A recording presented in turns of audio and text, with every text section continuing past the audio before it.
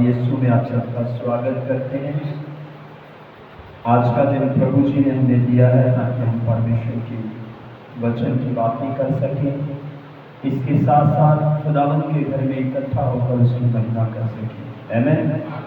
जितने इस बातें की बात आती है या शादी ब्याह की बात आती है, जिनके घर में शादी होती है खुशी उन्हें भी होती है, पर जिनको शादी में जाना होता है सबसे ज्यादा खुशी बोलो उन्हें होती है। जिनके घर में शादी होती है उनको खुशी होती है, पर जिनको शादी में जाना होता है बोलो उनको सबसे ज्यादा खुशी होती है। और जिनकी शादी होती है सबसे बड़ी परेशानी उनको होती है। यस, उनके पूरी शादी में 12 बजे रहती है। ऐसा क्यों है? जब हम बाइबल की कुछ बातें समझेंगे पढ़ेंगे तो हमें बहुत कुछ समझने को मिलेगा, सीखने को मिलेगा।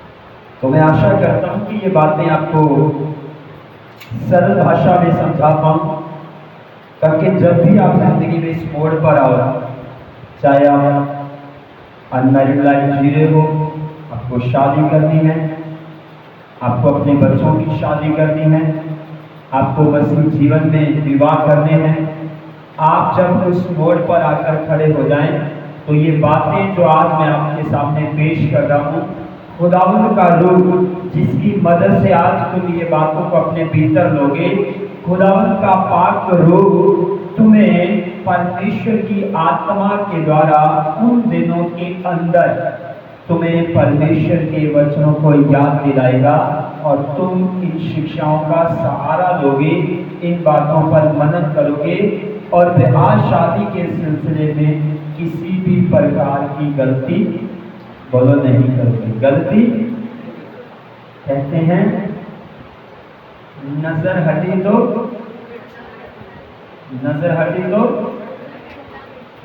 तो अगर आपकी नजर शिक्षा के ऊपर से हट गई तो दुर्घटना बोलो दुर्घटना घट जाएगी। चलिए खुदावंद के पाक वचन की ओर बढ़ते हैं। उत्पत्ति की किताब खोलेंगे।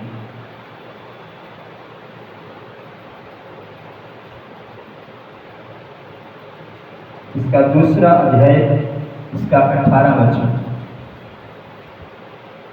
पहले मैं वचन शुरू करूंगा, फिर मैं आज का लेटेस्ट स्टेटस जारी करूंगा कि इस जमाने में कहूं या फिर आज के लोगों में कहूं या फिर मसीह समाज लोगों की बात करूं कि लोग आज मसीह में आने के बाद भी शादी ब्याह कैसे करते हैं और उनके अंदर कौन कौन से काम करते हैं, कौन कौन सी एक्टिविटियां लाते हैं जिनका बाइबल के अंदर कहीं भी दूर तक कोई रिश्ता नाता बोलो रिश्ता नाता नहीं है।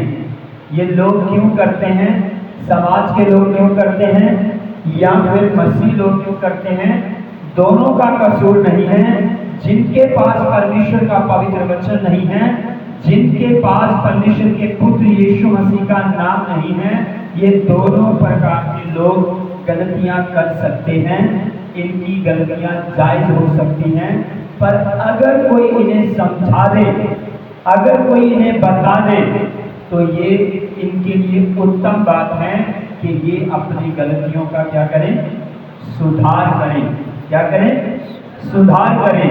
हो सकता है आप में से बहुत सारे लोगों ने मसीह में आने के बाद शादियां अटेंड करी हो, या अपने बाल बच्चों की शादी करी हो, या आपने बाल बच्चों की शादी करने की तैयारी करी हो सकता है आपने बहुत सारी गलतियां की हैं, हो सकता है आपने बहुत सारी एक्टिविटियां करी हैं, पर आज के वचन के बाद हम उन बातों के अनुसार अपनी लाइफ में पश्चाताप करेंगे, रिपेंट करेंगे और खुदावंद के चरणों में ये प्रार्थना करेंगे कि परमेश्वर हमें बाकी के समयों में इन सारी खताओं से, इन सारी खामियों से, इन सारी गलतियों से हमें दूर रहने के लिए हमारी मदद और सहायता कर। बोलिए हालेलुया, हालेलुया। क्योंकि वचन में एक बात लिखी है, मसीह यीशु के कथन वचन है, जब तक तुम अंधेरे में थे तब बात ठीक थी, अब तुम किस में आ चुके हो? उजियाले में आ चुके हो। उस उजियाले का नाम यीशु मसीह है। जब तुम मसीह में आ चुके हो तो अब तुम्हारे काम कौन से नहीं होने चाहिए? अंधेरे वाले, डार्कनेस वाले, यानी कि परमेश्वर के वचन से बाहर वाले नहीं होने चाहिए। तुम्हारे काम परमेश्वर के वचन से मेल खाते हो ताकि परमेश्वर को महिमा मिलती है। आमीन। चलिए उत्पत्ति की किताब उसका 2 अध्याय उसका 18 वचन खोलिए। फिर यहोवा परमेश्वर ने कहा, आदम का अकेला रहना अच्छा नहीं, मैं उसके लिए एक ऐसा सहायक बनाऊंगा जो उससे मेल खाए। बोलिए हालेलुया, हालेलुया। अब बाइबल कहती है परमेश्वर इस कायनात को बना रहा है, इसके साथ साथ सब कुछ बनाने के साथ साथ उसने मनुष्य भी बनाया, इंसान को भी बनाया। बाइबल कहती है यहाँ पर परमेश्वर के मन में ऐसा विचार चल रहा है, परमेश्वर को ये बात पसंद नहीं है कि आदम क्या रहे? अकेला रहे।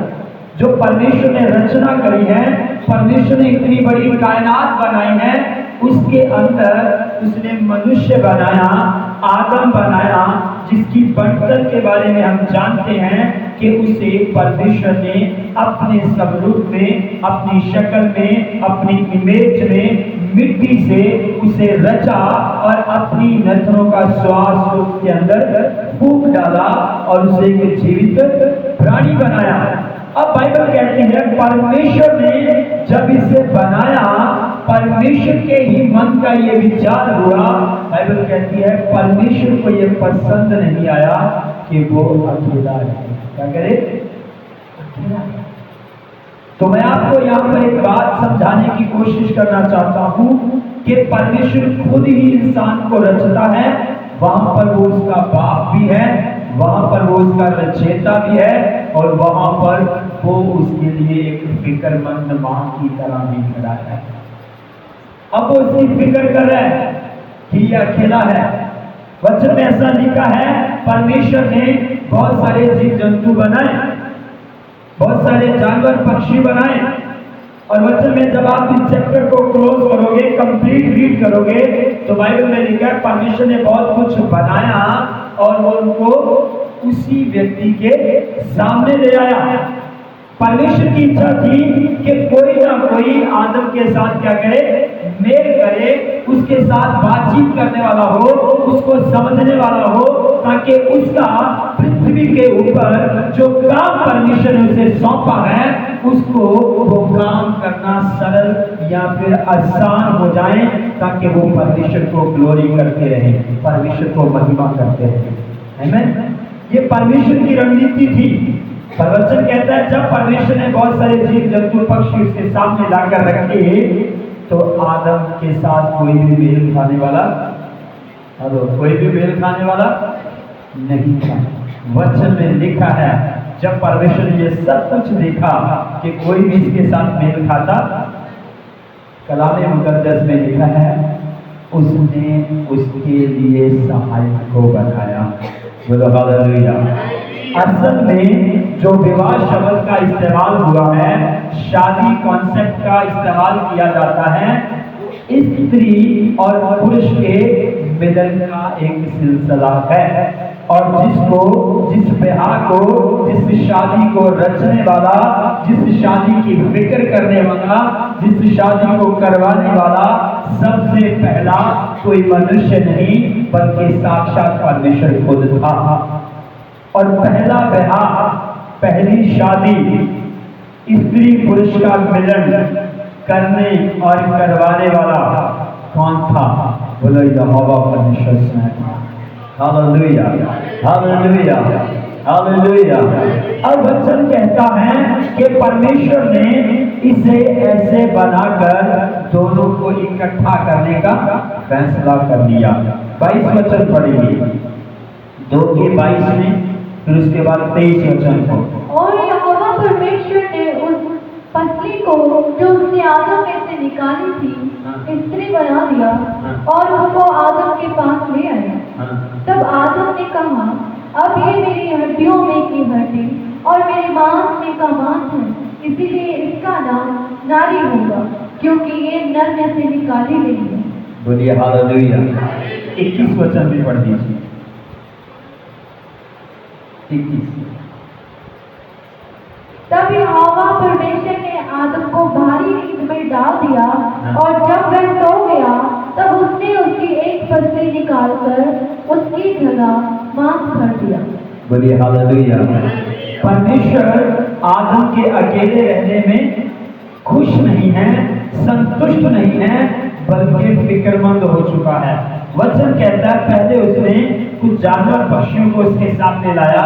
अब बाइबल कहती है उसने आदम को ही गहरी नींद में ले जाकर उसके अंदर से एक हड्डी को निकाला और उसके द्वारा स्त्री की रचना करी। और उसे परमेश्वर के वचन में साफ लिखा है कि परमेश्वर उसे फिर से आदम के पास ले आया। और परमेश्वर ने जब उसे आदम को सौंपा तो आदम ने कहा ये मेरी हड्डियों में से हड्डी और मेरे मांस में से मांस। तो कलाम मुकद्दस में लिखा है परमेश्वर ने उन्हें एक होने के लिए, इकट्ठा रहने के लिए बरकत दे दी। आमीन, हालेलुया। वचन में लिखा जब परमेश्वर ने इस काम को पूरा कर दिया तो इन दोनों को, जिनको परमेश्वर ने जोड़ दिया, आपस में इकट्ठा कर दिया, इनको एक ही जगह पर रहने की अनुमति मिल गई, एक जगह पर इकट्ठे रहने की। और इन दोनों को परमेश्वर ने अपने दिए हुए काम के ऊपर, अपने किए गए काम के ऊपर एक बड़ी जिम्मेवारी के साथ ठहरा दिया। वचन कहता है कि जब इनके जीवन में बुराई आती है, जब इनसे कोई गलती होती है, तो ये दोनों आपस में एक खास बात कहते हैं। परमेश्वर इनसे कहता है कि मैंने तुम्हें अदन का बगीचा दिया, सारी कायनात दी, सब कुछ दिया, पर तुम लोगों ने ये क्या कर दिया। जब उसने आदम से बात करी तो आदम ने कहा जो स्त्री तूने मुझे दी थी उसी ने मेरे से ये करवाया है। और जब परमेश्वर उस स्त्री के पास जाकर उससे बात करता है तो स्त्री कहती है शैतान ने मुझे बहका दिया, इसलिए मैंने ऐसा किया है। तो मैरिज लाइफ के अंदर, विवाह लाइफ के अंदर जब पति पत्नी परमेश्वर को अपने बीच में मौजूद नहीं रखते, अपने मध्यम में नहीं रखते, उनके रिश्तों में समस्या शैतान ले आता है और वो छोटी छोटी बातों के कारण उनके रिश्तों को क्या करता है, वो लोग कमजोर करता है। क्या करता है? कमजोर करता है। एक शैतान नहीं, कई प्रकार के शैतान उनकी मैरिज लाइफ के अंदर बोलो आ जाते हैं। आया ना, यहाँ पर मैं 2 से 3 बातें कहने की कोशिश करूंगा। शादी रचने वाला कौन था? बोलो परमेश्वर। शादी लगाने वाला कौन था? परमेश्वर। शादी के प्रति फिक्रमंद कौन था? परमेश्वर। और आज भी अगर हम विवाह की बात की जाए तो परमेश्वर का नाम, परमेश्वर की हजूरी, परमेश्वर का कार्य विवाह जिंदगी में सबसे उत्तम गिना जाता है। बोलिए हालेलुया, हालेलुया। अब जब परमेश्वर ने ये सब कुछ कर दिया तो पहला विवाह, पहली शादी, पहला मिलन स्त्री और पुरुष का मेल कराने वाला कोई इंसान नहीं था बल्कि परमेश्वर खुद था। इसके बाद वचन कहता है कि ये सिलसिला लगातार मानव जाति के अंदर चलना शुरू हो गया। क्या हो गया? शुरू हो गया। हम 2 से 3 लोगों से मिलेंगे जल्दी से, ताकि हम जान जाएं कि कैसे इनके बाद आगे से आगे विवाह हुए, शादियां हुई, पर परमेश्वर ने कुछ खास बातें करी। अभी हम आदम की बात कर रहे हैं तो हमें ये समझ लेना है कि विवाह क्या है, शादी क्या है, पुरुष और स्त्री का बोलो क्या है? मिलन है। पुरुष और स्त्री का क्या है? मिलन है, जिसको इस जमाने में इस दुनिया के अंदर शादी के नाम से जाना जाता है, ब्याह के नाम से जाना जाता है। जिस दिन बड़ी सभा में पूरी दुनिया के अंदर बड़ी डिक्लेरेशन के साथ ये दावा करके अनाउंस कर दिया जाता है कि आज के बाद ये पुरुष, आज के बाद ये स्त्री इस गांव से, इस शहर से, आज के बाद इस दुनिया के अंदर ये दोनों लोग आपस में क्या हो चुके हैं, पति पत्नी डिक्लेयर कर दिए गए हैं, जाने कि एक दूसरे के लिए इकट्ठा कर दिए गए हैं। और वचन के अंदर खास बात जो मैं कहना चाहता हूँ, ब्याह शादी के सिलसिले में खुदावंद ने आदम को, औरत को क्यों दिया था? वचन 18 उत्पत्ति 2 का बहुत स्पष्ट करता है। वहां पर एक शब्द आता है, वहां लिखा है सहायक। क्या दिया था? बोलो सहायक। क्या दिया था? स्त्री पुरुष को किस रूप में मिली हुई है? बोलो मददगार के रूप में। किस रूप में? पर इस भरे समाज में पुरुष स्त्री को किस एंगल से देखता है? शादी करने वाले, शादी करके बेटी को लेकर आने वाले, शादी करने वाला आदमी, या फिर शादी करवाने वाले लोग अलग अलग विचारधाराओं से इस बात को समझते हैं। और अलग अलग मानसिकता के लोग हैं जो औरत को जब वो ब्याही जाती है वो कई तरीके की मानसिकता के साथ व्यवहार में जीवन जीते हैं। पर वचन तो कह रहे हैं कि स्त्री को पुरुष के साथ एक मददगार के रूप में रखा गया है, सहायक के रूप में रखा गया है। और स्त्री का कार्य ही बाइबल ऐसा बताती है कि उसको पुरुष के साथ सहायक बनना है। और वचन कहता है कि ये सहायक का जो कार्य है, आप पूरी बाइबल में जब पढ़ेंगे तो जो काम आज बहनें घरों का करती है, जब मजदूरी करती हैं, तनख्वाहों पे काम करती है, ये अपनी समझ से नहीं है। बाइबल के अंदर लिखा है कि जो मजबूत और बुद्धिमान यहोवा का भय रखने वाली स्त्रियां हुई हैं, वो अपने पति के लिए सहायक बनकर काम करती थी। यानी कि व्यापार के अंदर भी, कारोबार के अंदर भी, पारिवारिक तौर पर भी, सामाजिक तौर पर भी। आमीन। पर इस जमाने में इसका सिस्टम थोड़ा सा बिगड़ गया है, उल्टा हो गया है। कहीं हद तक बात ठीक है, पर कहीं ना कहीं बात बिगड़ती हुई भी दिखाई दे रही है। मैं उस टॉपिक की ओर ज्यादा नहीं बढ़ूंगा, क्योंकि प्रभु ने चाहा तो अगले सप्ताह इन बातों को थोड़ा सा ओपन करके खोलेंगे। तो आइए चलते हैं उत्पत्ति की किताब, उसका 11 अध्याय, उसका 29 वचन पढ़ें।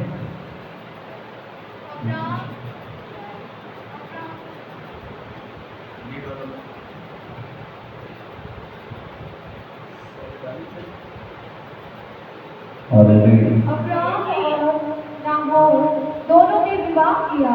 अब्राहम की पत्नी का नाम सारे और नाहोर की पत्नी का नाम मिल्का था। ये उस हारान की बेटी थी जो मिल्का और जिसका दोनों का पिता था। बोलिए हालेलुया, हालेलुया। अब यहाँ पर हम किसके ब्याह का जिक्र पढ़ रहे हैं? बोलो अब्राहम के। किसका जिक्र हो रहा है? हमने देखा पहला विवाह परमेश्वर कर रहा है, अदन के बगीचे में होता है। परमेश्वर उनको अदन की वाटिका में रखता है और परमेश्वर उनको इकट्ठा रहने के लिए, उस एरिया की देखभाल करने के लिए, उसका कामकाज करने के लिए परमेश्वर उनको अथॉरिटी देता है, अधिकार देता है और उन्हें बरकत देता है। अब वचन कहता है पहले आदम के बाद, पहले स्त्री मिलन के पुरुष के बाद, वचन में लिखा है आगे से आगे ये ब्याह का, मिलन का जो सिलसिला है वो मानव जाति में क्या हो जाता है? बोलो शुरू हो जाता है। हम थोड़े से ही पन्ने पढ़ रहे हैं बाइबल के, तो वहां पर जिक्र आ जाता है शादी। क्या जिक्र आता है? शादी। पर जब हम उत्पत्ति की किताब का पहला हिस्सा पढ़ रहे हैं तो वहां पे लिखा है मिलन। क्या कर रहे हैं? परमेश्वर ने पुरुष को स्त्री के साथ क्या कर दिया? मेल करा दिया, इकट्ठा कर दिया। वचन में हमने पढ़ा कि परमेश्वर ने औरत को बनाया और वो उसको आदम के पास ले गया। हाँ या ना? अब वचन आता है कि जब स्त्री पुरुष का मिलन हुआ तो इसके बाद परिवार पैदा होने लग गए, मनुष्य जाति की जनसंख्या बढ़ने लग गई। तो इसके अंदर सिलसिला शुरू हो गया कि अब जो ब्याह शादी होंगे उनके बीच में एक दूसरे के लिए बहुत सारी बातें और कार्य थे। अब वो दो नहीं थे, अब वो कई ज्यादा लोग बनते जा रहे थे, जिसके होते हुए परमेश्वर के वचन में ब्याह के ऊपर, शादी के ऊपर परमेश्वर के वचन में बहुत सारी ताड़नाएं, बहुत सारी चेतावनियां, बहुत सारी सलाहें बहुत सारे लोगों के बीच में पेश करी गई, ताकि लोग किसी भी प्रकार की गड़बड़, वो लोग किसी भी प्रकार की गड़बड़ ना करें। आज लोग सिर्फ ये जानते हैं कि शादी करनी है या शादी रखी गई है, पर इसकी असल शुरुआत और शादी का सही मकसद है क्या, लोग नहीं जानते। लोग इसे बहुत साधारण रीति से लेते हैं। असल में ये क्रिएशन को पैदा करने वाला हिस्सा है, पृथ्वी को भरने वाला एक हिस्सा है। इसीलिए अगर तुम समझो तो शादी का जो सिलसिला है ये बहुत सीरियस मैटर है। इसके ऊपर हमें हमेशा सावधानियां बरतने की जरूरत है। बहुत सारे माँ बाप, बहुत सारे भाई बंधु, समाज के अंदर बैठे भी बहुत सारे लोग शादी के सिलसिले में बहुत सारी गलतियां कर देते हैं, और जिनका परिणाम तलाक में तब्दील होता है, जिनका परिणाम दुखों में तब्दील होता है, जिनका परिणाम बहुत सारी बुराइयों का हिस्सा बन जाता है। क्यों? क्योंकि लोग इस बात के लिए क्या हो नहीं होते, सीरियस। सिर्फ शादी लोगों के दिमाग में एक ही कांटा अटका हुआ है।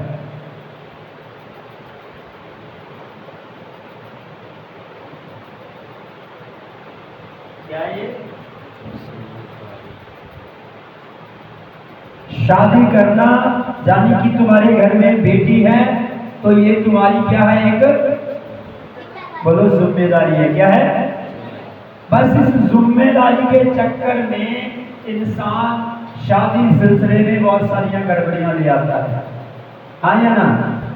जल्दबाजी करता है, रिश्ता नहीं मिलता तो बेटी अपने जाति में सौंप देता है, हाँ या ना? और कुछ नहीं मिलता तो और भी कई सारी गलतियां कर देता है। पर मैं आपको समझाने की कोशिश कर रहा हूं कि शादी परमेश्वर की नजर में एक खास कार्य है, क्योंकि उसी के माध्यम से परमेश्वर जानता था कि सृष्टि को भरा जाना है। उसी के माध्यम से परमेश्वर जानता था कि जितनी पृथ्वी भरेगी, जितने लोग ज्यादा होंगे, उतना ज्यादा पृथ्वी पर लोग यहोवा परमेश्वर को महिमा करेंगे। आमीन।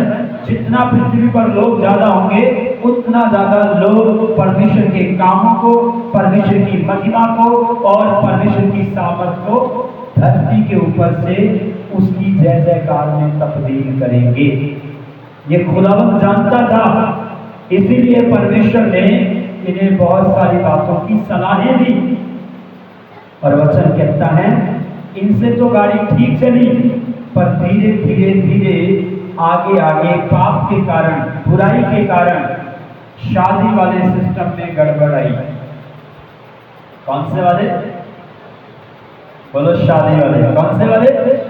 अभी यहाँ पर गड़बड़ इसलिए आएगी क्योंकि गड़बड़ यहाँ से आएगी तो गड़बड़ वाले सिस्टम से पैदा होने वाली जनरेशन परमेश्वर की आराधना नहीं करेगी, परमेश्वर को नाम आदर नहीं देगी, परमेश्वर का कार्य नहीं करेगी, परमेश्वर को स्तुति नहीं देगी। ये सत्य था, इसीलिए परमेश्वर अपने लोगों को सलाहें देता रहा। मेरे अजीजों, बहुत सारे लोग आज भी इसी चक्कर में फंसे हुए। घर में बेटी जवान हो रही है, 2, 4, 6 महीने रिश्ता ढूंढते हैं, उसके बाद रिश्तेदारों की सलाहें मान लेते हैं, कहते कोई बात नहीं। मैं थोड़ा आगे बढ़कर आपको बताऊंगा, खुदावंद ने साफ साफ कहा कि तुम्हें अपनी बच्चों की शादियां अन्य जाति में बिल्कुल नहीं करनी है। कहाँ नहीं करनी? चलो अन्य जाति। अन्य जाति क्यों? जो लोग परमेश्वर को बिल्कुल भी जानते नहीं। नंबर 2, जो लोग परमेश्वर को जानते हैं पर परमेश्वर को मानते नहीं। तुम्हें उनके घरों से ना स्त्रियां लेनी हैं और ना अपनी बेटियां उन्हें देनी हैं।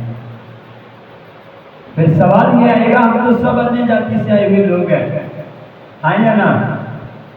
पर हमें भी विचार करना पड़ेगा, क्योंकि हम बाइबल में से सीखेंगे। चलिए थोड़ा सा आगे बढ़ते हैं। हम जिक्र पढ़ रहे हैं, अब्राहम की शादी होती है, उसकी पत्नी का नाम सायरा है। वचन में लिखा है इसको बच्चे नहीं होते, पर कलाम मुकद्दस में लिखा है इसका ब्याह हो गया।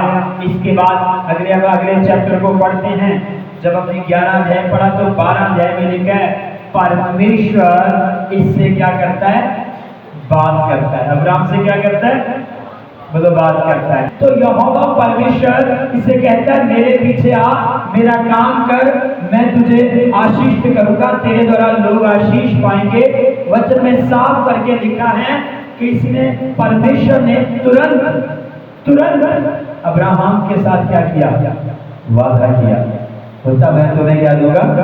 वंश दूंगा, तुम्हें एक वंश दूंगा और तुम्हें आशीष करूंगा। Hallelujah, hallelujah. अब बाइबल कहती है कि अब्राहम के साथ ये बरकतें क्यों खुलती है?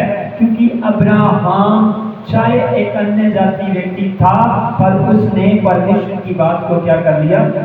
बोलो, स्वीकार कर लिया। क्या किया उसने? परमेश्वर की बात को स्वीकार कर लिया, परमेश्वर के पीछे चलने का फैसला ले लिया। और वचन कहता है परमेश्वर ने उसे वो बरकत दी और उसकी पत्नी का नाम पवित्र बाइबल में दर्ज किया गया। मुझे और आपको ये बात से तसल्ली मिलती है कि तुम्हारा और मेरा परमेश्वर मेरी और तुम्हारी जिंदगी में सब कुछ ठीक समय पर करने की शक्ति रखता है। बोलिए हालेलुया, हालेलुया। चलिए थोड़ा आगे चलते हैं। उत्पत्ति की किताब उसका 24 अध्याय 4 वचन पढ़े।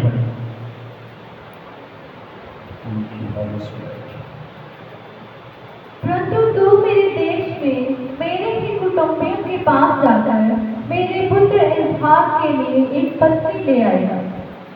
बोलिए हालेलुया।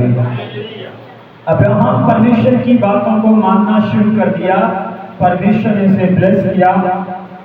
वचन कहता है अब्राहम ने जब अपने पुत्र इसहाक के लिए एक स्त्री चाहिए, एक बेटी की चाहत रखी, उसने अपने नौकर से साफ साफ कह दिया कि तुम्हें मेरे बेटे के लिए जो बेटी लेकर आई है वो मेरे अपनों के बीच में से होनी चाहिए। इसके बीच में से? अब आप मुझे बताएं अब्राहम के पास ये बात कहाँ से है? हेलो, अब्राहम के पास ये बात कहाँ से? हाँ जी, परमेश्वर की ओर से। अब्राहम किसके पीछे चलने लगा? परमेश्वर के पीछे। किसके नक्शे कदम पर चल रहा था? परमेश्वर के। किसकी अगुवाई के अंदर आ चुका था? परमेश्वर के। तो जब अब्राहम का समय आया कि अब्राहम को लगा कि अब इसहाक को शादी करने का समय आ चुका है, अब इसहाक के लिए एक स्त्री की जरूरत है, तो वचन कहता है उसने परमेश्वर की बात को मध्य में रखा, उसने परमेश्वर की बात को प्रथम जाना और उसने बहुत अच्छे से अपने नौकर से तकीद करके कहा। और उसने कहा अगर ऐसा नहीं हुआ, उसने कहा शपथ ले तू मेरे अपनों में जाएगा, अगर तू चला गया, तुझे वहां से स्त्री नहीं भी मिली, तो तू मेरे साथ बांधी हुई वाचा से छूट गया। पर अब्राहम जानता था कि परमेश्वर ने ही कहा है अपनों से ब्याह कर लाना, तो परमेश्वर इंतजामी भी है। बोलो हालेलुया, हालेलुया। जब आप इसहाक की मैरिज का ये सिलसिला पढ़ते हो तो वहां पर दो चीजें सीखने को मिलती है, आत्मिक तरीके से और शारीरिक तरीके से कैसे आप रिश्ते की खोज करना सफलता में देख सकते हो। वचन कहता है उसका नौकर निकल पड़ता है अपने साथ अच्छी धन व्यवस्था लेकर, और वो चलते चलते प्रभु से कहता है कि मेरे परमेश्वर के लिए, जानी मेरे स्वामी के लिए, यहोवा परमेश्वर तू इस काम को पूरा कर देना, ताकि मैं सलामती से वापस एक अच्छी खबर के साथ आऊं। और उसने मन ही मन फैसला कर लिया, अंदर आत्मा में एक डिसीजन बना लिया कि जो स्त्री मेरे ऊंटों को पानी पिलाएगी। आप समझ रहे हैं ये सब कुछ कहां चल रहा है उसके, और किसके साथ बात कर रहा है वो? परमेश्वर के साथ। अगर आप उस वचन को ध्यान से पढ़ोगे तो उसने वो सारा तय कर लिया, अगर ऐसे होगा तो मैं ऐसे करूंगा, अगर ऐसे होगा तो ऐसे करूंगा। वचन में लिखा है उसने जैसा ठाना उसने वैसे ही इसहाक के संग एक स्त्री जो मिल जाने वाली थी उसको अपनी ओर आते देखा, और उसने उन लोगों को, उन जानवरों को पानी पिलाया, हाँ या ना? और उसकी पहली बात पक्की हो गई, पहला साइन कंफर्म। उसने आगे पूछा, उसका दूसरा साइन कंफर्म, उसने तीसरा पूछा, वो कंफर्म होता गया। और वचन कहता है वो सही जगह पर अब्राहम के अपनों के बीच में पहुंच गया। कहाँ पहुंचा? अपनों के बीच में, शादी के लिए।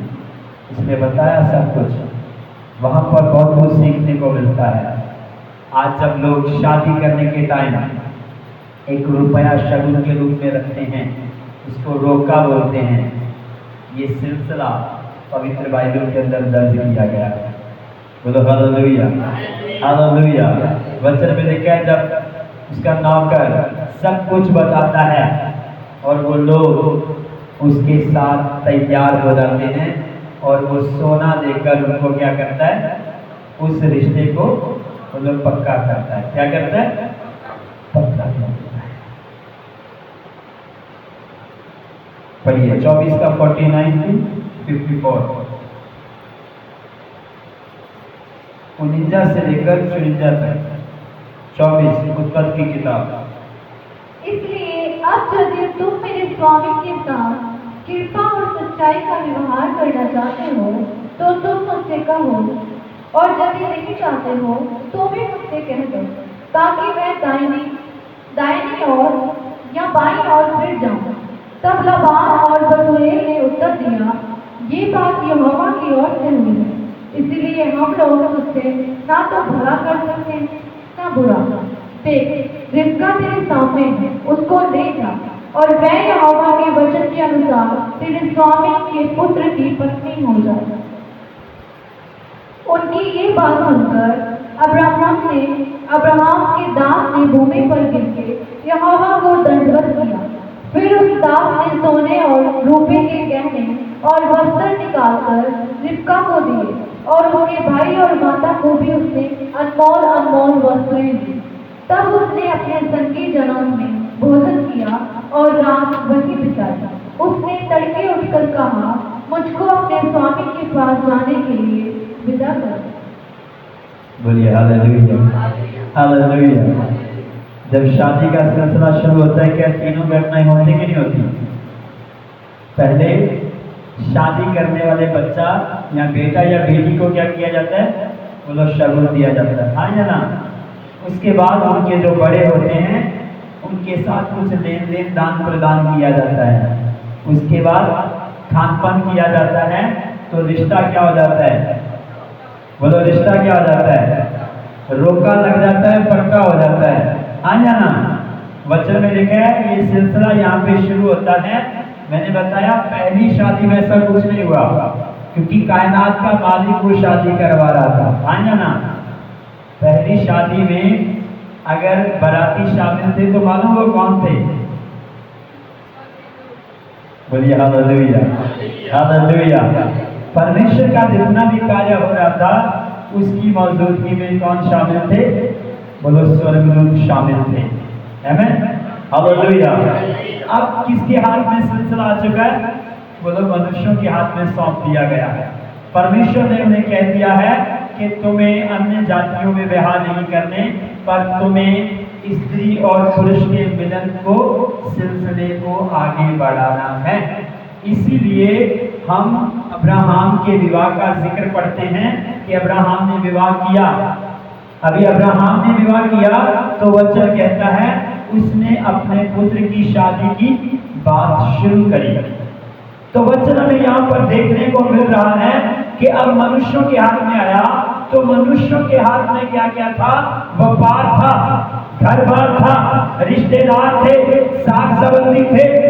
तो जब उनके पास ये सब कुछ था तो उन्होंने एक स्त्री पुरुष को मिलाते समय जो उन्हें ठीक लगा, खान पान की वस्तु में, महंगे मूल्य वस्त्र की वस्तु में, उन्होंने एक दूसरे को देकर ब्याह शादी के दिन को क्या किया? बोलो पक्का कर दिया। क्या कर दिया? पक्का कर दिया। बोलो आज भी ऐसे ही होता है या नहीं? से बधाई देते हैं, फिर चाय के साथ क्या मिलता है? बोलिए, खाने पीने को मिलता है, बराबर। अगर बात कच्ची पक्की होती है तो क्या करते हैं? हाँ जी, नहीं क्या करते हैं? बोलो बुद्धिमान लोग, बोलो बोलो बुद्धिमान लोग झूठी तसल्ली लेकर आते हैं। कहते हमें पसंद है, बोलो हमें पसंद है, कल बाद में बताइए। सीधा ही झूठ। कुछ लोग कहते हैं किसी को सामने कहना अच्छी बात नहीं है, सामने कहना, फिर पीठ के पीछे भी वही कह रहे हो। धोखे में रखना अच्छी बात है या सत्य बोलना अच्छी बात है? लेकिन उसके नौकर को रिबका तक प्रभु की कन्फर्मेशन ना होती तो वो कह देता कि ये मेरे मालिक के बेटे के लिए नहीं है, क्षमा कर दीजिए। वो ये नहीं कहता कि आप लोगों ने मुझे रात रखा है तो मैं आसान कर रहा हूँ, क्योंकि एहसान करने से शादी नहीं बनेगी, क्योंकि ये कॉन्सेप्ट परमेश्वर का है, इसे समझना जरूरी है। तो दिमाग का दही बनाने वाले लोग शादी की फाउंडेशन अगर ऐसी रखते हैं तो उस शादियों में आनंद नहीं आता, गड़बड़ी आती है। हमने जब 2-3 बार किसी शादी में से पैर रखा, हमें मौका मिला, बोलते ऐसा बोलो, मैंने बोला ना ये स्ट्रेट फॉरवर्ड जवाब है। हम गए, बोलते बताइए, मैंने बोला जी पसंद नहीं। बोले अपने सामने गए तो मैंने बोला हम इधर को घुमा देते, कह देते हैं आवाज़ सुनिए। तो आपको आदत बनी हुई है झूठ सुनने की, हम कोई बिजनेस करने तो आए नहीं। अगर मैं रिश्तेदार के साथ भी जाऊंगा तो वो मेरा परिवार है, हाँ या ना? तो जो सही है वो सही है, वो गलत है वो गलत है। झूठी तसल्ली क्यों देनी?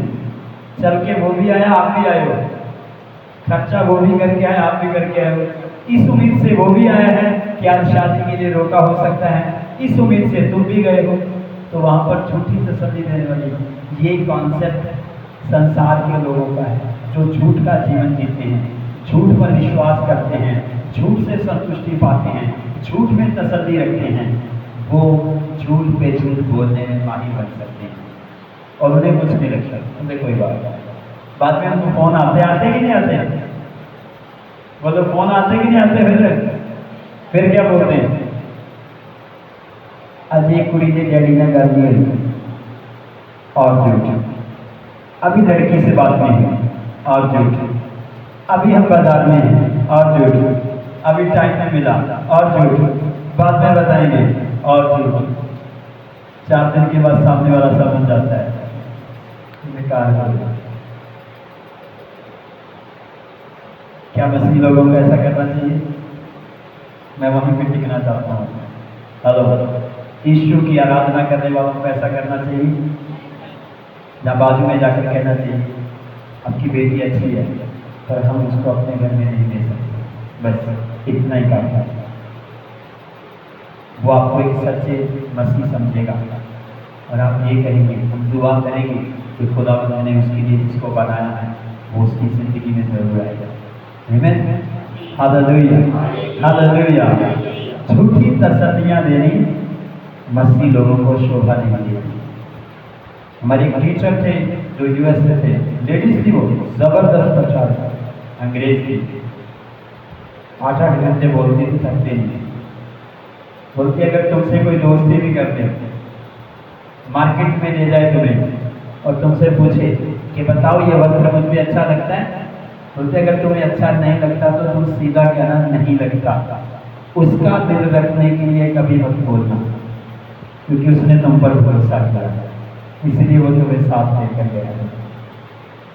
तो तुम साथ संबंधी बनकर जाते हो तो तुम पर भरोसा किया जाता है। सही फैसले का जवाब देना, सही बात कहना, ताकि उसे भी आशीष मिले, तुम्हें भी आशीष मिले और तुम्हारा परमेश्वर प्रसन्न हो सके। आमीन, हालेलुया, हालेलुया। तो ये तीनों कॉन्सेप्ट शुरू हो जाते हैं, देख दिखावा हो जाता है, शगुन दे दिया जाता है, खानपान किया जाता है और रिश्ता क्या हो जाता है, पक्का हो जाता है। इसके बाद विवाह हो जाता है। वचन में जब इसको और पढ़ते हैं तो वचन में लिखा है कि वो लोग उसे कहते हैं कि हमारी बेटी को कुछ दिन हमारे पास और रहने को दिया जाए। तो जब बात पक्की हो जाती है तो माइका ये बात कहता है, थोड़ा और 2 महीने टाइम आगे कर दीजिए, कहते कि नहीं, 3 महीने कर दीजिए, 4 महीने कर दीजिए, तब बात बनती नहीं। क्यों? क्योंकि रिश्ता पक्का हो चुका है। लोग पंजाबी में पता नहीं क्या क्या बोल जाते हैं, सामने वाले में पता नहीं कि ये हो गया, वो हो गया, 2 महीने नहीं रुक सकते, ये वो बहुत कुछ बोलते हैं इंसान। जब रिश्ता फिक्स हो जाता है अब वो आपकी नहीं है। यस, अब वो आपकी गलतफहमी है कि आप दावेदारी ठोकते जा रहे हो। अब वो ऑलरेडी किसी की हो चुकी है। तो अच्छी बात वो होती है कि वो दिन बाद में मांगे, तुम्हें पहले ही तैयार होना चाहिए। यस और नो? तो ये चीजें समझने और सीखने वाली होती हैं। इसमें आकर भी मसीह लोग बहुत सारी गलतियां करते हैं, कुड़कुड़ाहट आती है, बुड़बुड़ाहट आती है, बहुत सारी बातें हो जाती है। तुम्हारी शादी के कॉन्सेप्ट में शत्रु शैतान अपना काम कर जाता है। तुम्हारे बच्चों के अंदर बुरी बुरी बातें जमा हो जाती है, उसके मायके, उसके ससुराल के लिए, उसके घर वाले के लिए, उसके खानदान के लिए, और तुम शायद इतना गहरा सोचते ही नहीं हो। तुम्हें लगता है नहीं नहीं नहीं नहीं, मुझे इसको अभी 2 महीने अपने घर में और रखना था। नहीं, मैं ये फेर की बात आपको बता रहा हूँ कि जब तुम इन बातों में फंस जाते हो तो शैतान तुम्हारे बच्चे के अंदर, तुम्हारे अंदर, इवन देन तुम्हारे रिश्तेदारों के अंदर, इवन देन तुम्हारी खुशी के समयों के अंदर कुड़कुड़ाहट, क्रोध, वाद विवाद, जलन, जेलसी, बदले की भावना, ये सारा कुछ भर देता है। और ये सच्चाई है। होती शादी है और शब्द क्या होते हैं फिर? बोलिए, बोलो ना। कुड़कुड़ाहट वाले, क्रोध वाले, जलन वाले। और वो साबित कौन सुन रहा होता है? रिश्तेदार भी और बच्चा भी। बच्चा ससुराल में पैर बाद में रहता है और उसके अंदर नफरत का बीज पहले ही तैयार होता है। इसीलिए वो सासू माँ को माँ एक्सेप्ट करने में वो लोग फेल हो जाता है। दादा बीज बीजे का और दादा वचना तू मान ले यीशु का कहना पाप तेरे छटना। फिर कहते निभाना। यस, आप देखिए यहाँ पर जैसे ही बात हुई वैसे ही उसने बोला मुझे जाने दिया जाए क्योंकि मेरा इंतजार हो रहा है। वचन में लिखा है उन्होंने उसको विदा किया, वो उसको ले जाकर जिसके लिए लेने आया था उसने उनको सौंप दिया। और वचन में लिखा उन्होंने क्या किया? विवाह किया और परमेश्वर की महिमा में वो आनंद मनाने लगे। Hallelujah, hallelujah. जब रिश्ता फिक्स कर दिया, उसमें माँ बाप से मेरी दरख्वास्त है, टाइम की डिमांड मत करो, इस गलती को मत करो, क्योंकि आपने कदम ही तब उठाया था जब आप रेडी थे कि हमें अभी क्या करना है? विवाह करना है। तैयारी कर चुके हैं आप पहले ही, आपको पहले ही तैयारी करके चलनी। सामने वाला 1 महीना बोलो, तुम बोलो 15 दिन में भी रेडी है, तो अपने बच्चे के अंदर तुम सही छाप छोड़ोगे, सही बीज रहेगा, शैतान को कभी मौका नहीं मिलेगा, क्योंकि अब वो उस घर की होने वाली है। हमें उल्टा हमें तो उसे प्रिपेयर करना है, बेटा आप तो वहां चली जाओगी, तकड़े होकर जीना, परमेश्वर में ब्लेस रहना, मजबूत लाइफ जीना, उनके लिए बरकत का कारण बनना। मैंने तुम्हें पाला पोसा मजबूत किया है, तुम्हें वो सारी अच्छे गुण वहां पर प्रकट करने हैं। अभी समय आ गया है, जितने साल तेरी परवरिश हुई है, तो उस घर में जाकर यहोवा का नाम ऊंचा करना, अपने माँ बाप को आदर दिलाना, बेस्ट लाइफ जीना, यहोवा तेरे संग होगा और तू फलदार होगी। Hallelujah, hallelujah. मैं आपको बाइबल में पढ़ा सकता हूँ, वचन में लिखा है साफ साफ कि मायके को यानी कि माँ बाप को अपने बच्चे को इस बरकत के साथ अपने बच्चे को तैयार करना चाहिए कि तुम्हें जाना है, तुम्हें फलदार होना है, आशीष रहना है और यहोवा का भय मानते हुए अपना जीवन गुजर करना है। Hallelujah, hallelujah, hallelujah. मैं आपकी सहमति के साथ एक बात बोलना चाहता हूँ यहाँ पर, जब हम 30-40 साल पीछे जाते हैं इसी विवाह शादी के सिलसिले के अंदर, तो कैसे होता था? सेम, हाँ या ना? सेम होता था। वो जैसे ही रिश्ता होता था 2-4 दिन, हफ्ते दिन के अंदर वो रिश्ता, उनकी डेट कभी भी बदलती, मतलब डेट नहीं बदलती थी, ना कुड़कुड़ाहट होती थी, ना बुड़बुड़ाहट होती थी, हाँ या ना? कुछ नहीं होता था। दिन रखे, शादी करके निकल गए और वो अपने बच्चों को कहते थे अपने घर को संभालना और चलाना, हाँ या ना? कोई डिमांड नहीं, जो है सो है। अगर उनके घर में चावल होते थे, चावल लेकर छोड़ देते थे, 2 वस्त्र होते थे, लेकर विदा कर देते थे, कोई ऐसी दौड़ नहीं। आज लोग टाइम क्यों मांगते हैं? कितने लोग इस बात को समझते हैं? शादी रख के टाइम क्यों मांगते हैं?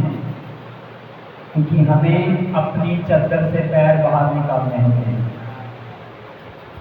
हेलो, सही? टाइम क्यों मांगते हैं माँ बाप? उनको अपनी चद्दर से पैर क्या निकालने?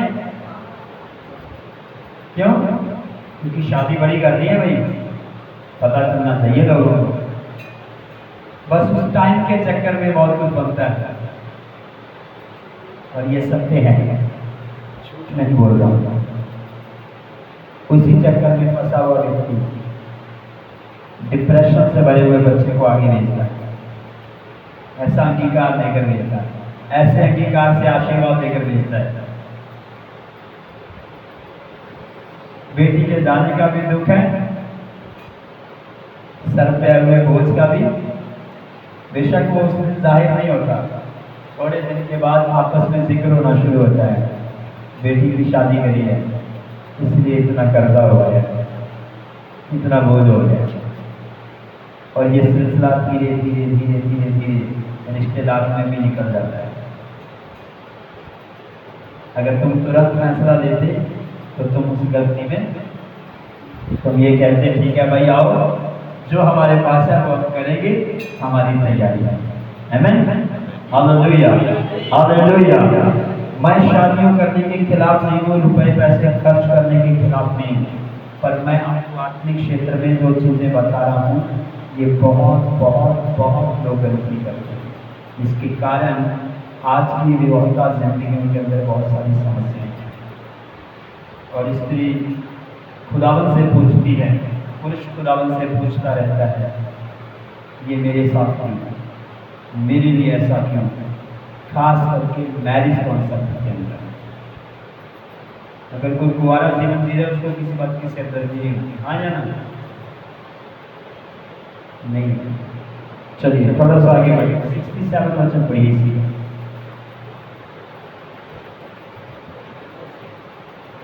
तब इसहाक रिबका को अपनी माता सारा के तंबू में ले आया और उसको ब्याह कर उससे प्रेम किया।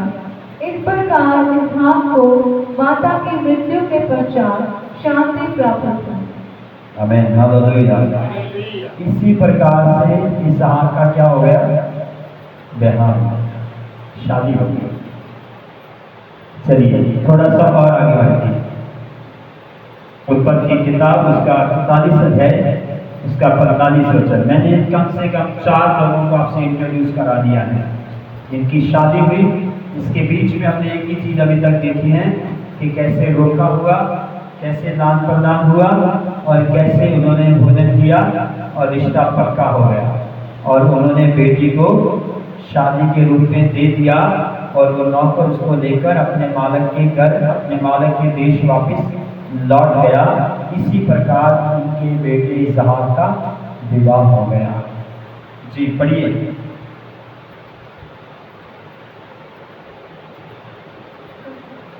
उत्पत्ति 41 का 45। तब फिरौन ने यूसुफ का नाम तपानेस रखा और ऑन नगर के जाजक पोतीपेरा की बेटी आसनत से उसका विवाह करा दिया और यूसुफ सारे मिस्र देश में दौरा करने लगा। 44 से 50।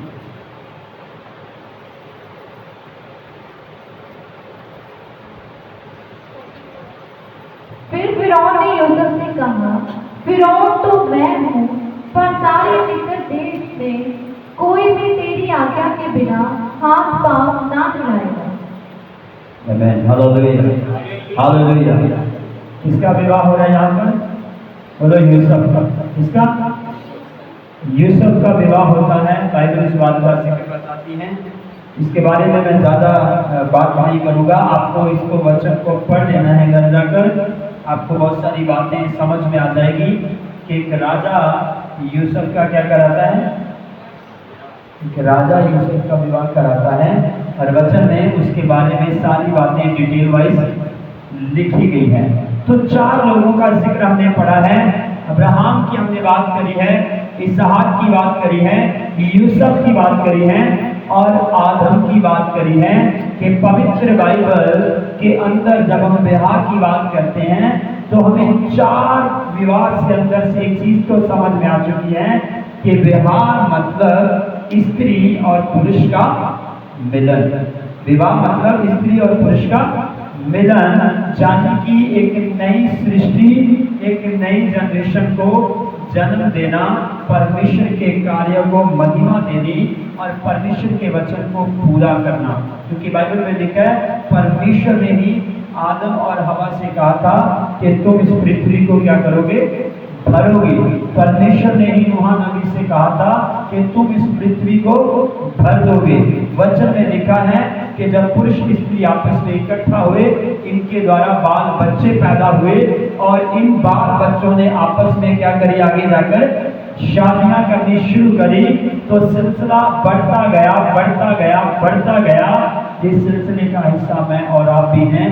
आज मैं और आप भी जन्माए गए हैं। ये परमेश्वर की कृपा दृष्टि है मानव जाति के ऊपर, खुदावंत का फजल है। इसीलिए मनुष्य पृथ्वी के शोर तक भरे हुए हैं। परमेश्वर की यह बरकत है, चाहे आपके घर में बच्चा पैदा हो, लड़की पैदा हो या लड़का पैदा हो, दोनों ही परमेश्वर की रचना है। अगर तुम परमेश्वर को धन्य कहना चाहते हो तो तुम्हें मुबारक कहने की आवश्यकता जरूर पड़ेगी, क्योंकि खुदावंद ने ये दात तुम्हें दी है। हाँ या ना? और बहुत सारे लोग संसार को देखते हैं, अपने जीवन काल को देखते हुए कहते हैं नहीं नहीं नहीं नहीं, नहीं। गलत बच्चा पैदा हो गया, बेटी नहीं चाहिए, क्या चाहिए था? फिर जब उनको ऐसे लोगों से मिलाया जाता है जिनको बच्चे हुए नहीं हैं, फिर वो कहते हैं मैं मुबारक हूँ क्योंकि मैंने चाहे बेटी को जन्म दिया पर परमेश्वर ने मुझे ये आशीष दी है। आमीन, हालेलुया, हालेलुया। संसार के अंदर पाप बहुत है, बहुत है, और वो बहुत तरीकों से लोगों का नुकसान कर रहा है, बहुत तरीके से। ऐसी मानसिकता किसी अच्छे इंसान की नहीं हो सकती, ये पाप के प्रभाव के कारण होती है। मनुष्य चाहे माने या ना माने, असल में ये पाप का गहरा असर है जो ये कहलाता है कि हमें तो सिर्फ बेटा ही चाहिए था। बेटा भी उसी का बनाया है और बेटी भी। किसके घर में उसको बेटी देनी है? किसके घर में उसको बेटा देना है, ये डिसाइड वो करता है। तुम्हारा काम सिर्फ उसका पालन पोषण करना है। बोलो हालेलुया, हालेलुया। इसलिए जब आप शादियों के लिए लड़का या लड़की ढूंढते हो, क्यों ये तुम ऐसा कहते हो कि जोड़ परमेश्वर कराएगा, जो होगा वो मिल जाएगा, आया ना? क्योंकि परमेश्वर ने उस बेटे के लिए, उस बेटी के लिए जो रखा है, जहां रखा है, वहां तक वो तुम्हें ले जाएगा, तुम्हारा इंतजाम कर देगा, रास्ता बना देगा, है ना? तो तुम्हें इस बात की फिक्र करने की क्या जरूरत है कि मेरे घर में तो बेटी है, बेटा नहीं है, या बेटा है, बेटी नहीं है। तुम्हारे लिए उत्तम काम यही है कि वो तुम्हें खुदावंद ने दिया है, तुम उसकी देखभाल करो, वचनों में से तराशो, अच्छी परवरिश करो। जब उसके मिलन का समय आ जाएगा, पुरुष का समय आ जाएगा, उस स्त्री का समय उसके लिए आ जाएगा, यहोवा इंतजामी है। बोलो हालेलुया, हालेलुया। यूसुफ के लिए वो इंतजामी हुआ, इसहाक के लिए वो इंतजामी था, अब्राहम के लिए वो इंतजामी था, आदम के लिए वो इंतजामी था। वो आपका, मेरा और नेचा करने वाले का इंतजामी परमेश्वर है। बोलो हालेलुया, हालेलुया। जो लोग अपने दिमाग से रिश्ते सर्च करते रहते हैं, वो बहुत बार फंस जाते हैं और फेल होते हैं। जो यहोवा पर आस रखते हैं, वो शर्मिंदा कभी नहीं होते, कभी नहीं होते। चलिए, दूसरी बात हम सीखने जा रहे हैं शादी के अंदर।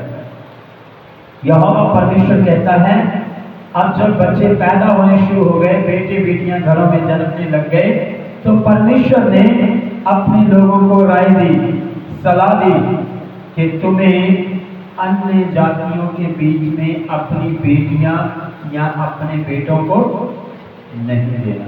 चलिए, उत्पत्ति की किताब उसका 28 अध्याय 1 वचन पढ़िए। तब इसहाक ने याकूब को बुलवाकर आशीर्वाद दिया और आज्ञा दी, तुम किसी कनानी लड़की से विवाह ना कर लेना। 8 और 9 भी पढ़िए। तब इसहाक ये सब देख के और ये भी सोचकर कि कनानी लड़कियां मेरे पिता इसहाक को बुरी लगती हैं, अब्राहम के पुत्र इश्माएल के पास गया और इश्माएल की बेटी महलत को, जो नबाओत की बहन थी, ब्याह कर अपनी पत्नियों में मिला लिया। बस क्या कहा यहोवा परमेश्वर ने? हाँ जी, मैं थोड़ा और क्लियर करना चाहता हूँ। व्यवस्था साल की पुस्तक 7 अध्याय 3 और 4 में परमेश्वर कहता है अपने लोगों से कि तुम्हें ना तो अन्य जातियों के अंदर से बेटी को लेना है और ना अपनी बेटियों को वहां पर देना। ब्याह शादी के सिलसिले में, रिश्ता जोड़ने के सिलसिले की परमेश्वर बात कर रहा है।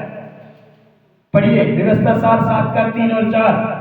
और ना उनसे ब्याह शादी करना, हाँ। ना तो अपनी बेटी उनके बेटे को ब्याह देना, हाँ। और ना उनकी बेटी को अपने बेटे के लिए ब्याह लेना, क्योंकि वह तेरे बेटे को मेरे पीछे चलने से बहकाएंगी और दूसरे देवताओं की उपासना करवाएंगी, और इस कारण यहोवा का कोप तुझ पर भड़क उठेगा और वह तेरा शीघ्र सत्यानाश कर डालेगा। लॉर्ड सुन लीजिए, परमेश्वर के वचन में साफ साफ लिखा है कि तुम्हें एक तो अन्य जातियों में बच्चे देने भी नहीं और वहां से लेने भी नहीं। इसके साथ साथ परमेश्वर ने बहुत स्पष्ट रूप से कह भी दिया कि अगर तुमने ऐसा कर दिया तो वहां से आने वाली बेटियां तुम्हारे बेटों को अन्य जाति अगर देवताओं की पूजा उपासना करने के लिए तैयार कर लेगी, जिसके कारण यहोवा का क्रोध तुम पर आ जाएगा और उस क्रोध के चक्कर में तुम्हारा क्या हो जाएगा? बोलो क्या हो जाएगा? तो बोलो ये गड़बड़ करते कि नहीं करते? क्या बच जाएगी?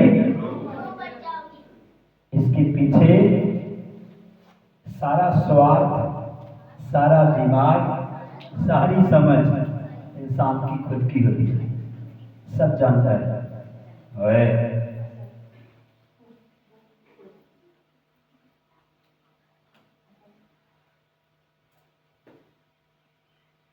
इसमें स्वार्थ छिपा हुआ है, हाँ या ना? खूबसूरत है, नौकरी वाली है, माल धन वाली है, विदेश वाले हैं, वेल सेटल है, बहुत सारी चीजें, और मसीह लोगों के पास कौन सा हथियार लाता है शैतान जी? कितना वैरी बहुत जबरदस्त तरीके लगे कितना कम चाके के रखा रू बच जानी है, कोई नहीं तू मजबूत है। क्या है? कोई नहीं बचती, रू बचती कि नहीं? ऐसे कॉन्सेप्ट में बचती देखी कभी ना? हफ्ते बाद ही तो प्रोग्राम रख देते हो। बेटा तेरी शादी की खुशी में हमने क्या किया है? घूमने जाने का मन्नत मांगा था, तुम भी आ जाना। अब जाएगा कहाँ? बोलो साथ जाएगा कि नहीं जाएगा? जहां वो रहेंगे वहां वो रहेगा, जहां वो खाएंगे वहां वो खाएगा, जो वो करेंगे वो करेगा। 2-4 दिन तो गाड़ी चलाएगा, नहीं जी नहीं असी यसू मसीह वाले असी इदा नहीं करते। नाल ही कौन से बड़ा रख लेंगे जे तुसी एडे यसू वाले से ब्याह क्यों कीता? यस नारी कहते हाँ जी, चलो कोई नहीं भाई, रल मिल के इतना ही टाइम लगाना पैना। हाँ ये जिंदगी भर सिलसिला चलता है। अगर मैं वो शब्द बोलूं मुझे बोलना भी नहीं चाहिए, बहुत बहुत हालत खराब होती है, बहुत। यस जन्म मरण खुशी गमी, दिन दोपहर शाम, कौन से सिलसिले में तुम नहीं जाओगे? कौन सी घड़ी में तुम इकट्ठे नहीं होगे? फिर तुम ऐसे बन जाते हो, तुम्हारे लिए पीछे मुड़ना बहुत मुश्किल है, बहुत। फिर रोते रहो, हंसते रहो, दुआ करते रहो, जब तक तुम मेजर पॉइंट पर आकर रिपेंट नहीं करते तब तक छुटकारा नहीं है। जब तक तुम एक्सेप्ट नहीं करते कि प्रभु ये मेरी जिंदगी की वो बड़ी गलती है जहां मैंने लोभ किया, जहां लालच किया, जहां मनमर्जी किया, जहां मैंने तेरे वचन को तिरस्कार किया, पर मैं चाहता हूं मुझ पर अनुग्रह कर। तुम्हें मेहनत करनी पड़ेगी, घुटने रगड़ने पड़ेंगे, उनके साथ सीधा स्टैंड लेना पड़ेगा। मैं नहीं कर सकता, नहीं आ सकता, तब तुम्हें दोबारा से कसरत करनी पड़ेगी, मेहनत करनी पड़ेगी, उस स्त्री के लिए भी करनी पड़ेगी जिसको तू ब्याह कर लाया है। तब भी तुम्हारे हाथ में कुछ नहीं है। यहोवा ही समय आने पर तुम्हें जोर बख्शेगा और उसका मन जीवन बदल सकता है। Hallelujah, hallelujah.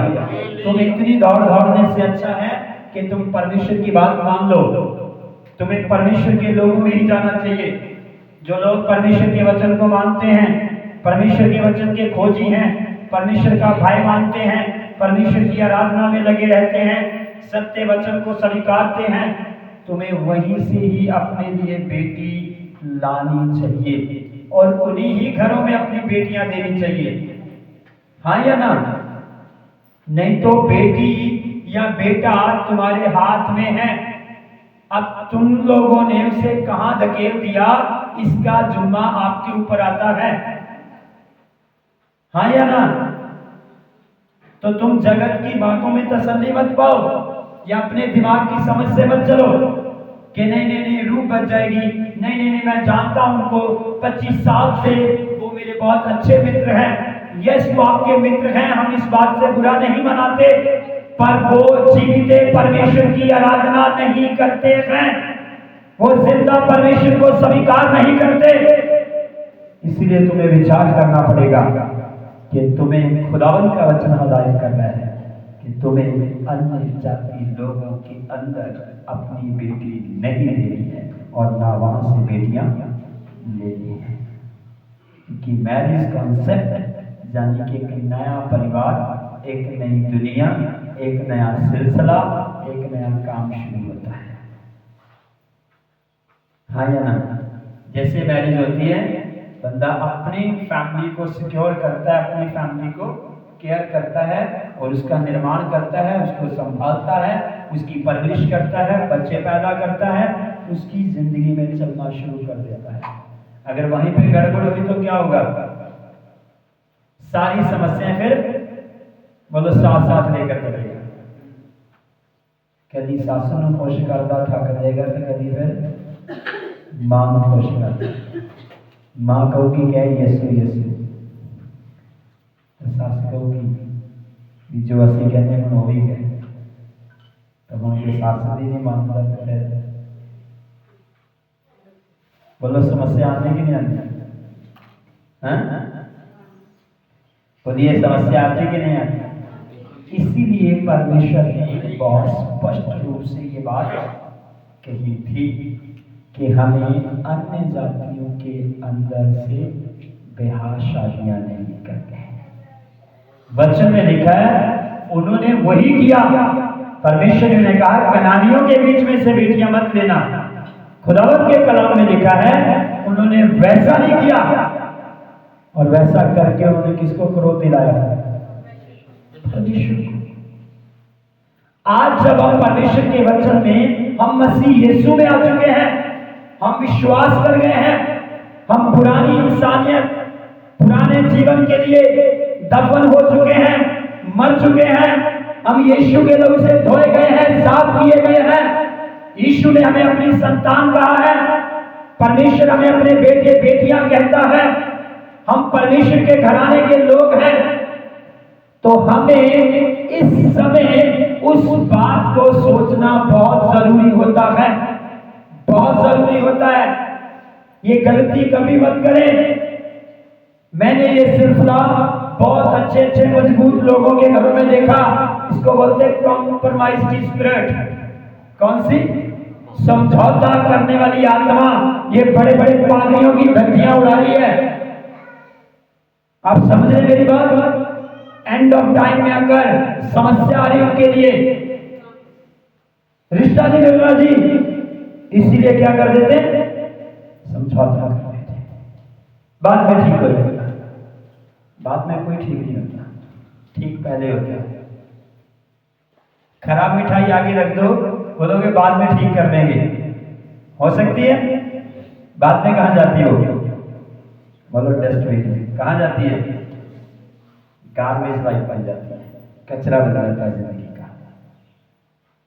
रोते रोते उम्र गुजर जाती है। सावधान हो जाए, ऐसी गलतियां कभी मत करें। खुदा ने तुम्हें खास करके बुलाया है। इसके अंदर मैं बहुत कुछ बोलना चाहता हूं, मुझे बहुत कुछ बोलना है, और मैं आने वाली सभा में इसका पूरा खुलासा करूंगा। मसीह होने के नाते शादी कॉन्सेप्ट में आपको याद रखना होगा कि आप कौन। सबसे पहली बात, बाइबल में पौलुस ने कहा है विवाह सब बातों में ऑनर की बात गिना जाए, सब बातों में आदर की बात गिना जाए। ऐसा सिलसिला है ये। आप एक परिवार जोड़ते हो, आप एक नए परिवार को जोड़ देते हो, आप एक नई सृष्टि का निर्माण करने के लिए आशीर्वाद करते हो, आप लोगों के सामने एक नमूना पेश कर रहे होते हो। तो विवाह अगर आदर की बात गिना जाता है तो इसके लिए सतर्क होना बहुत जरूरी है, बहुत जरूरी है। नंबर 1, खोजते समय परमेश्वर के वचन का सहारा लें, प्रार्थनाएं करें, जल्दबाजी मत करें। नंबर 2, जब खोज लिया है तो बाइबल के अनुसार ही रिश्ता फिक्स करें। हाँ या ना? वचन में ऐसा लिखा है उनके पास था तो उन्होंने अपने बीच के रिश्ते को पक्का करने के लिए सोने चांदी का लेन देन करके उसका उपयोग किया। पर ऐसा नहीं था कि कुछ लोगों के पास नहीं था तो उन्होंने भी वही कॉन्सेप्ट इस्तेमाल किया। नहीं नहीं नहीं नहीं नहीं। और आज समस्या यही है, मेरे पास नहीं है पर मुझे भी क्या करना है, वैसा ही करना है। मैंने बीते समय में एक प्रचार में बोला था, विवाह के अंदर लोगों को खिलाने के चक्कर में इतना चिंतित हो जाते हैं शादी कॉन्सेप्ट में आकर कि हजारों रुपए, कितने हजारों रुपए ब्याज पर उठाकर खिलाने पिलाने के चक्कर में वेस्ट कर देते हैं। करना क्या था, बोलो शादी करनी क्या थी, आपकी जेब में है आप करो, कोई आपत्ति नहीं है, कोई दिक्कत नहीं है। आपके पास सोना चांदी है दो, कोई दिक्कत नहीं है। आपके पास नहीं है तो आप साफ साफ कहो, जो है उसी के साथ हम वाचा बांधेंगे और हम अपनी बेटी आपको सौंप देंगे। अगर सामने वाला व्यक्ति वचन का जानकार है, परमेश्वर का भय रखता है, तो वो तुम्हारे खाली हाथ हुए के द्वारा भी तुम्हारी बेटी को स्वीकार करेगा। अगर उसके अंदर आज भी लालच की आत्मा छिपी हुई है, तुम्हें वहीं से सिग्नल मिल जाएगा, वहां भी बेटी कभी मत देना। तो बोला नहीं, जय मसीह, क्षमा कर दीजिए। तुम्हारे घर में तुम्हारी बेटी हो या तुम्हारा बेटा हो, वो खुदा की आशीष है। इस संसार के सिस्टम को देखकर उसको घर से निकालने की जल्दबाजी मत करो। नहीं, खुदावंद की बरकत है, खुदावंद उसका उत्तम इंतजाम करेगा। आमीन, हालेलुया। संसार की ओर देखकर खड्डे में छलांग मत मारो। महीने महीने सालों साल तो फिर आंसू बहाते हैं गलतियां करने के बाद। देखो जी, साहर, मेहंदी, हल्दी, तेल, मेल, डीजे और भी बहुत कुछ ऐड है इसमें। यस, शादी बाद में रखते हैं, इनकी तैयारी जोरों शोरों से की जाती है। हाँ या ना? हम आने वाले सप्ताह में देखेंगे इनका क्या क्या जिक्र है।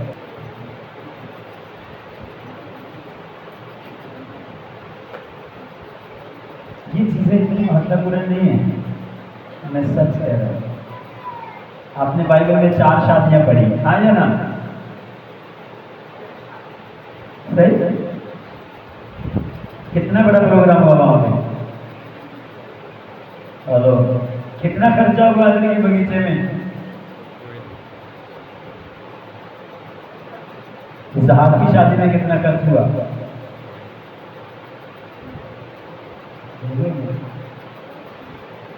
नहीं हुआ। रिश्ता जुड़ गया, बात कहानी बन गई। जय मसीह, बोलिए हालेलुया, हालेलुया। इसी चक्कर में जमाना मर गया है। इसी कारण से लोग कहते हैं बेटी नहीं चाहिए। यस, लोगों को समझ नहीं है कि आपको जो कीमती वस्तु खुदावंद ने दी थी, आपने उसको तराशा, पाला, पोसा, आप उसको एक घर की शान बनाने जा रहे हो। बदले में ये कि आप उसके साथ परमेश्वर के वचन की हजारों बातें भेजो, आप उसको पता नहीं क्या क्या देंगे। इसके अंदर बहुत कुछ है, मिलनियाँ हैं, कपड़े का लेन देन है, मनौते हैं, फेरा पाना है और पता नहीं क्या क्या कॉन्सेप्ट इसके अंदर है। आमीन, हालेलुया।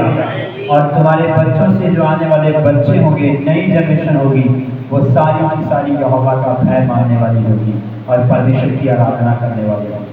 बोलो हालेलुया। एक बात मैं बता देना चाहता हूँ, मनुष्य जाति में जो आज विरोध देखते हो, वैर देखते हो, ये इसी कॉन्सेप्ट से आया हुआ है। जिन्होंने परमेश्वर का भय ना मानकर परमेश्वर के विरुद्ध जाकर शादियां करी, उनकी जो संतानें पैदा हुई, वचन कहता वो दुष्टता के रूप में बदल गए। उनकी सोच, उनका दिमाग, उनकी विचारधारा में बुराई है, बहुत आई। और आज क्या आती है? बुराई का दरवाजा बड़ा हो चुका है। हाँ या ना? तो जिनकी सिस्टम ही गलत है तो उनके रिजल्ट भी क्या आएंगे? गलत है। तो अगले सप्ताह में हम इसके अंदर थोड़ा और गहरे में चलेंगे। हमने 2 से 3 बातों पर जिक्र किया है। हम यहीं पर छोड़ रहे हैं कि हमें अन्य जातियों के अंदर अपनी बेटियां देनी है, ना वहाँ से लेनी। तो हमारे हिसाब से अन्य जाति कौन है? जो परमेश्वर को नहीं जानते या फिर परमेश्वर को जानने के बाद परमेश्वर का भय नहीं मानते या फिर परमेश्वर के वचनों को अपनी जिंदगी में सीरियसली नहीं लेते। उनमें बहुत सारे मसीह लोग भी हैं जिनको हम अदर डिनोमिनेशन के इस नाम से जानते हैं। इसलिए शादी करते समय कभी भी इन चीज़ों में गलती ना करें। जैसे फॉर एग्जाम्पल कई प्रकार के मसीह लोग हैं धरती पर, तो उनका कई प्रकार का सिस्टम है, तो हमें वहाँ पर सोचना समझना जरूरी होता है कि हम कहाँ पर रिश्ता फिक्स कर रहे हैं। वचन को पढ़ना तुम्हारे लिए बहुत ज़रूरी है। मैं आपसे दरख्वास्त करूँगा कि आप जब बाइबल पढ़ें, जब आपका बच्चा जवान हो रहा है तो बाइबल को खोजें कि अब मेरी बेटी विवाह के योग्य हो गई है, अकॉर्डिंग टू बाइबल मुझे कैसे इसका विवाह करना है, कैसे लेन देन करना है, कैसे इसके अंदर से मुझे उसके लिए काम करना है। परमेश्वर का वचन और परमेश्वर का आत्मा तुम्हारी मदद करेगा और तुम गलती नहीं करोगे, तुम विजय पाओगे, सफल जीवन पाओगे और तुम्हारे द्वारा सामने वाला परिवार भी यीशु मसीह की महिमा करेगा। Hallelujah, hallelujah.